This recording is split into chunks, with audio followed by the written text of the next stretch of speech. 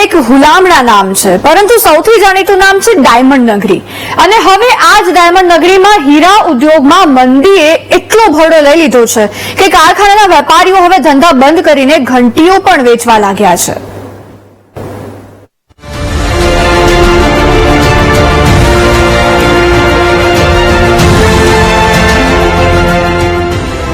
સુરતમાં હીરાની ચમક ધીમે ધીમે ઘટી રહી છે. કારણ છે મંદી. અને આ મંદીના ભરડામાં અનેક નાના નાના કારખાનાઓ બંધ થવા લાગ્યા છે અને વેપારીઓ હીરા ઘસવા માટેની ઘંટીઓ પણ વેચવા લાગ્યા છે. આવું અમે નહીં, પરંતુ સામે આવેલા દ્રશ્યો કહે છે. તમે જે દ્રશ્યો જોઈ રહ્યા છો સ્ક્રેપના ગોડાઉનના છે. અહીં અનેક ઘંટીવાળા વેપારીઓ સામે આવી રહ્યા છે, પરંતુ ઘંટી ખરીદવા માટે નહીં, ઘંટી વેચવા માટે. આ વેપારીના દાવા પ્રમાણે તો છેલ્લા 6 મહિનામાં એક પણ વેપારી ઘંટી ખરીદવા માટે નથી આવ્યો, પરંતુ સ્ક્રેપના ગોડાઉનમાં 3500 થી વધુ ઘંટીઓ વેચાવા આવી છે. મારે સ્ક્રેપનો બિઝનેસ છે, તો અત્યારે દિવાળી પછી, દિવાળી પહેલા આમ તો બહુ મંદી છે, તો દિવાળી અમારે બધો સ્ટોક પતી જતો હોય છે, પણ આ વખતે કોઈ લેવા આવ્યું નથી કારખાનેદાર, અને ઉલટું સામેથી ઘંટી આવે છે. કેવા કેવા વેપારીઓ ખાસ કરીને આવતો હોય છે? માનો કે જે કારખાનું કેવા ચલાવતા હોય છે ને આજે? જો કે કોઈ 10 ઘંટી, 15 ઘંટી, 20 ઘંટી, 50 ઘંટી એવું ચલાવતા હોય, તો એ લોકોને ભાડા ન પોસાતા હોય, એટલે એ લોકો અહીંયા ઘંટી આપી જાય અમને લોકોને. હીરા ઉદ્યોગમાં મંદીનું કારણ રશિયા યુક્રેનનું યુદ્ધ છે. આ વાત સૌ કોઈ જાણે છે. આ બંને વચ્ચેનું યુદ્ધ શાંત પડવાનું નામ નથી લઈ રહ્યું, અને આ જ કારણ પણ છે કે હીરા ઉદ્યોગમાં મંદી છે. વિશ્વના અન્ય દેશો માલ ખરીદવા તૈયાર નથી, અને આ કારણે સ્થિતિ બદથી બદતર બની ગઈ છે, જેના પરિણામે વેપારીઓ ધંધા સંકેલવા લાગ્યા છે અને રત્ન કલાકારો બેરોજગાર થવા લાગ્યા છે.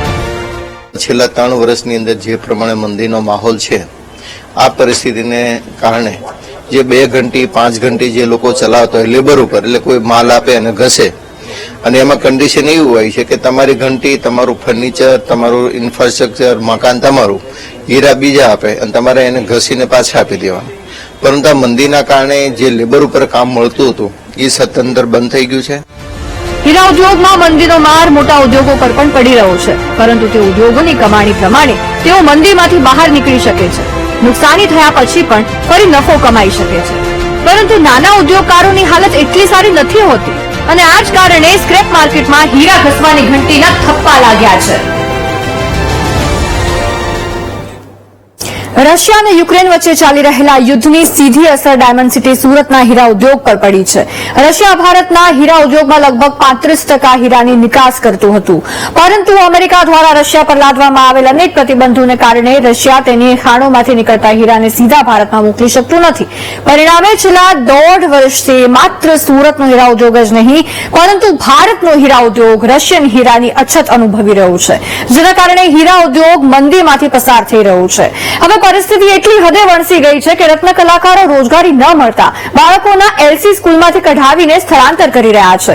તેવામાં તમે ખુદ સમજી શકો છો કે હીરા ઉદ્યોગની હાલત કેટલી હદે ખરાબ છે.